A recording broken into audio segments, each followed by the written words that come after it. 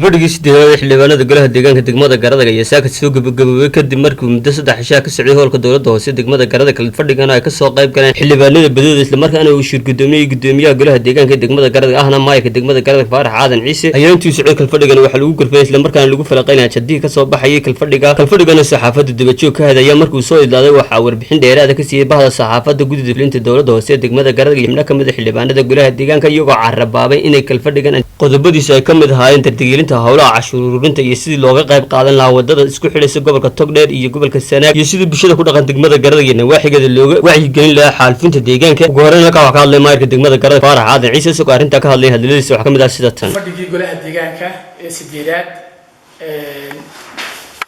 kaasoo soconayay muddo 3 cisho ah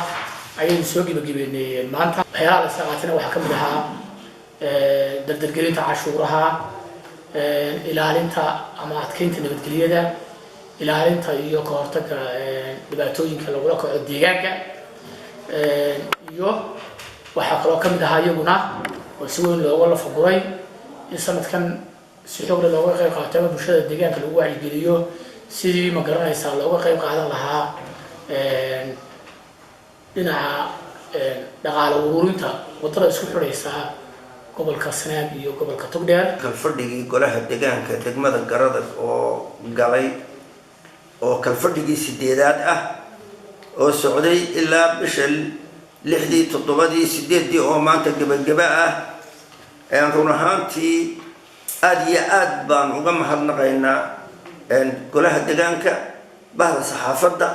cid alaale cidii ka geysatay yani ra'yi wanaag marka labaadna waxaan mahad celinayaa saxaafadda ويانا قريب لحد لك قاطعين قضبة مهمة أو ديجان هو مهمة يلا جهاد لي قضبة قضبك وقوي روحها وضل يسكح الدعير جابو يو برعو وحد معنا ذو أي شيئين مركي أي إن بدن كتوضين هلا فقران جهاد لي قضبة هذه مهمة قضبة سيكون بديهين درن ugu muhiimsanayeen marka la qaado dardargelinta wadada isku xidha Ceerigaabo iyo magaalada Togdheer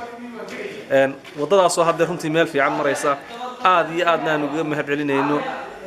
madaxweynaha Jamhuuriyadda Soomaaliland Mudane Axmed Maxamed Silaaniyo iyo cid kasta oo ka qayb qaadatay goluhu markii arrinta ka dooday in badan waa madar sare TV-ga qaranka Jamhuuriyadda Soomaaliland Garadaga